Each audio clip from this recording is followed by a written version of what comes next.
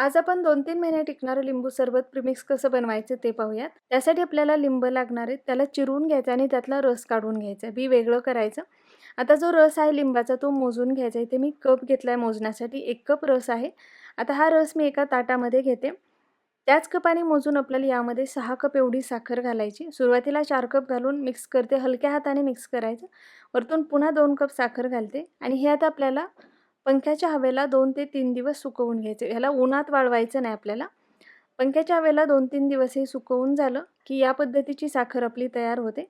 आता याला आपल्याला मिक्सरमध्ये बारीक करून घ्यायचं आहे. मिक्सरमध्ये बारीक करत असताना यामध्ये आपल्याला मीठ घालायचं आहे. आवडत असेल तर यामध्ये तुम्ही बडीशोप आणि ग्लुकॉन-डी पावडरसुद्धा घालू शकता.